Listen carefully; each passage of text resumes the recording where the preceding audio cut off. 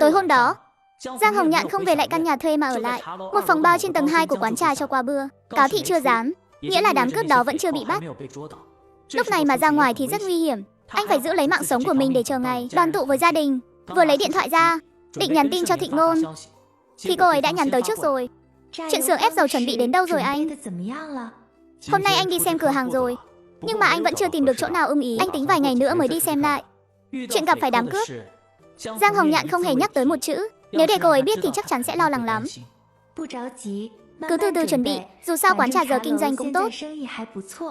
Mê Mưng, còn em thì sao? Dạo này em nhận thêm nhiều hợp đồng quảng cáo, thù lao cũng ngày một cao hơn.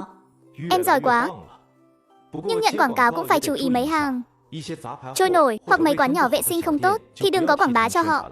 Lỡ có chuyện gì sẽ ảnh hưởng đến danh tiếng của mình. Em vẫn luôn chú ý mà. Giờ mình cũng không thiếu tiền đến mức đó, nên không phải quảng cáo nào em cũng nhận. Hàng kém chất lượng em sẽ không nhận đâu. Thứ gì dùng thử mà cảm thấy không tốt, em cũng sẽ không quảng cáo. Quảng bá cửa hàng, em cũng sẽ đánh giá từ vệ sinh, hương vị và nhiều phương diện khác nữa. Không vấn đề gì đâu. Vậy thì tốt rồi, chụp tấm hình gửi anh xem nào. Giang Hồng Nhạn ngồi dậy, mở máy ảnh chụp một tấm rồi gửi cho vợ. Thịnh Ngôn mở tấm ảnh ra, nhìn môi trường xung quanh có chút thắc mắc. Đây đâu phải là căn nhà thuê của anh. Anh đổi chỗ ở rồi hả? Tại hôm nay đi xem cửa hàng mất hơi nhiều thời gian, cũng hơi muộn rồi. Anh lười đi về, nên nghỉ lại quán trà luôn. Ồ, vậy cũng được. Đừng để mệt quá nhé. Em đã mua vài người làm rồi, cứ để họ ra ngoài xem giúp em cũng được. Anh cũng vậy, đừng để bản thân quá mệt mỏi. Việc nhà có thể tìm bảo mẫu mà. Mê Mơ em biết rồi, trà lâu đã đóng cửa liên tiếp mấy ngày. Nhưng mấy ngày qua gia nhân cũng không hề rảnh rỗi. Giang Hồng Nhạn lại đưa thêm cho họ vài hương vị mới, cách chế biến món ăn. Bạch Lộ và Tú Phương mấy ngày nay ở sau vườn thử nghiệm làm thêm nhiều món ăn hơn. Đợi khi mở cửa lại, sau này có thể ghi vào thực đơn cho khách gọi món. Khoảng 5 ngày sau, mấy tên cặn bã cuối cùng cũng bị xử lý rồi. Thật hả lòng hả dạ. Chắc chắn là bắt được hết rồi chứ. Tất nhiên rồi. Cáo thị đã dán lên rồi, không sai được đâu. Mấy cây gáo treo lủng lẳng trên tường thành kia, tuyệt quá. Mấy hôm trước chúng còn cưỡi ngựa chạy loạn trên phố, làm tôi sợ muốn đăng xuất luôn. Giờ đám phỉ khấu này bị dẹp rồi, thật tốt quá. Sau này chúng ta có thể sống yên ổn rồi. Đám phỉ khấu đó đã bị dẹp sạch rồi. Trà lâu có thể mở cửa lại chưa nhỉ? Chắc là được rồi. Lão gia trước đó đã nói như vậy mà. Giang Hồng Nhạn vừa bước vào cửa, Tiểu Thất đã kể lại mọi chuyện cho anh ấy. Lão gia, đám phỉ khấu đó đã bị dẹp rồi, nên chúng con đã cho trà lâu mở cửa trở lại. Giang Hồng Nhạn gật đầu. Trên đường tới đây anh cũng có nghe nói rồi, nhưng sau này buổi tối cố gắng đóng cửa sớm chút. Không cần phải đợi quá muộn đâu. Đêm hôm khuya khoắt thường chẳng có ai tới uống trà đâu. Chúng con hiểu rồi ạ. Có lẽ vì đã đóng cửa mấy ngày, nên sau khi mở cửa lại, Giang Hồng Nhạn nhận thấy khách đến trà lâu đông hơn hẳn. Người kể, chuyện bị đám đông vây quanh xem như xem khỉ vậy. Mấy ngày không đến rồi, mau kể chuyện con khỉ đi. Đúng đó, mau nói đi. Con khỉ sau khi bị đè dưới núi rốt cuộc thế nào rồi? Người kể chuyện còn chưa kịp mở miệng thì có người ném tiền đồng bên cạnh. Các vị đừng vội, sẽ bắt đầu ngay đây. Bên trong Thịnh Hạnh biệt uyển, mấy dương vàng bạc châu báu bày ra trước mắt. Đám phỉ khẩu đáng bay màu này lấy được bao nhiêu đồ bị cướp thế này? Xử lý bọn chúng như vậy vẫn còn là quá nhẹ nhàng. Số đồ này mà để trong tay chúng thì cũng chỉ phí hoài mà thôi. Giờ thì tốt rồi, có thể dùng cho dân chúng. Vẫn còn xa mới đủ. Dự án dẫn nước từ Đông sang Tây liên quan đến cả Đại Thánh Triều. Số người tham gia nhiều không đếm xuể. Chỉ tính riêng một ngày, tiền ăn uống thôi đã là một khoản không nhỏ. Còn cả tiền công mỗi ngày lại là một khoản chi lớn nữa. Cộng thêm tiền hỗ trợ tái định cư cho dân chúng ở một số vùng, ngân lượng và chi phí xây nhà nữa. Dẫu có xử lý thêm 10 cái chạy hắc hùng cũng chẳng đủ. Điện hạ đã làm theo lời người dặn, âm thầm điều tra gắt gao đám tham quan. Một khi tra ra, có thể giúp quốc khố đầy thêm một chút. Thịnh Hành không khỏi thở dài. Muốn làm một việc lợi quốc lợi dân, quả nhiên chẳng dễ dàng gì, bao việc phải lo toan. Lâm Phong nghe tiếng thở dài liền lên tiếng khuyên nhủ. Điện hạ không cần quá lo lắng, gần đây vì chuyện xử lý phỉ khấu và dự án dẫn nước mà người đã vất vả nhiều ngày rồi. Người vẫn nên giữ gìn sức khỏe thì hơn. Thịnh Hành liếc nhìn anh ta một cái. Ta yêu đùa đến thế sao? Thuộc hạ không có ý đó. Điện hạ là thân Kim Chi Ngọc Diệp, Thuộc hạ cũng chỉ vì lo cho người thôi. Đừng nói chuyện đó nữa, đi tìm Giang Hồng Nhạn uống trà thôi. Việc kinh doanh của trà lâu vẫn tốt như trước. Thịnh Hành lần trước đã tới nên cũng quen thuộc rồi. Vừa hay thấy Giang Hồng Nhạn đang ngồi bên một chiếc bàn, đang xem mấy tờ giấy. Giang huynh. Giang Hồng Nhạn nghe thấy tiếng liền ngẩng đầu lên. Thấy người tới, anh liền đứng dậy chào hỏi. Thẩm huynh, Lâm huynh, mau ngồi đi. Tôi sẽ bảo người mang trà lên ngay cho hai người. Hai người họ ngồi xuống bên cạnh bàn của anh. Thịnh Hành liếc nhìn mấy tờ giấy trước mặt anh. Đang xem gì thế? Dạo này tôi đang nghiên cứu máy ép dầu. Định mở thêm một xưởng ép dầu. Máy ép dầu sao? Hiện tại các tủ lầu quán ăn đều dùng mỡ động vật. Tôi muốn dùng máy này để ép dầu lạc, dầu ốc chó, nhiều loại dầu khác nhau. Hương vị món ăn nấu ra sẽ khác biệt, cũng giúp mọi người có thêm lựa chọn. Thịnh Hành sửng sốt. Là cũng ép được dầu sao? Được chứ. Tôi cũng chỉ tình cờ đọc được trong một cuốn sách thôi, nên dạo này cứ trăn trở mãi về chuyện này. Thịnh Hành lộ rõ vẻ khâm phục. Giang huynh, huynh thật sự có quá nhiều ý tưởng đấy. Lúc rảnh rỗi không có việc gì làm nên tôi nghĩ ngợi chút thôi. Thẩm huynh, dạo này huynh không nghỉ ngơi tốt sao? Tôi nhìn sắc mặt của huynh dường như có chút mệt mỏi. Thịnh Hành thở dài, đừng nhắc nữa, dạo này mệt phờ người. Xem ra là có rất nhiều việc. Đúng vậy, quả thật có quá nhiều việc phải bận tâm. Gần đây dự án Đông Thủy Tây Điều chẳng phải đã bắt đầu rồi sao? Tôi cũng nhờ vào các mối quan hệ mới tìm được chân sai vặt. Cứ ngỡ là việc béo bở, làm rồi mới biết nó khó khăn đến nhường nào. Việc gì vậy? Có bao nhiêu người tham gia đào mương là bấy nhiêu người cần ăn cơm. Tôi phải chịu trách nhiệm thu mua đủ loại thực phẩm. Đó chưa phải vấn đề chính là cấp. Trên yêu cầu phải dùng ít tiền nhất, mà phải làm sao cho những người đó ăn no, ăn ngon. Huynh xem, chẳng phải là đang đánh đố người ta sao? Vừa muốn ăn no, ăn ngon, lại không cho chi nhiều tiền, làm gì có chuyện hời như vậy. Mấy gã thương nhân đó đều muốn kiếm lời, không đời nào họ chịu cho không thứ gì. Giang Hồng Nhạn khẽ mỉm cười. Đông Thủy Tây Điều, liên quan đến cả Đại Thánh Triều, có rất nhiều người tham gia. Chỉ riêng tiền ăn uống thôi đã tốn một khoản lớn rồi. Đối với ngân khố quốc gia, chắc chắn đây là một khoản chi tiêu khổng lồ. Các quan viên muốn tiết kiệm cũng là chuyện thường tình. Tôi cũng hiểu điều đó, nhưng tôi nghĩ họ nên tìm cách tăng thu giảm chi. Chỉ biết tiết kiệm thôi thì không có tác dụng gì đâu, phải tìm cách để tiền đổ vào ngân khố, thực hiện song song. Xét về lâu dài, đó mới là phương pháp có lợi hơn.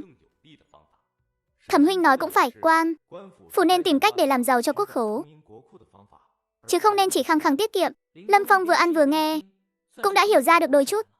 Chu Tử lần này đến đây không phải là để uống trà, mà là muốn nhân cơ hội để dò hỏi tin tức. Giang Hồng Nhạn có rất nhiều ý tưởng, Đông Thủy Tây Điều cũng là do anh ấy đề xuất. Có lẽ có thể lấy được vài cách hay từ chỗ anh ấy. Sau khi hiểu được ý đồ của chủ tử, hắn cũng mở miệng bồi thêm một câu, muốn làm đầy quốc khố đâu có khó. Chẳng phải chỉ cần tăng thêm thuế khóa sao?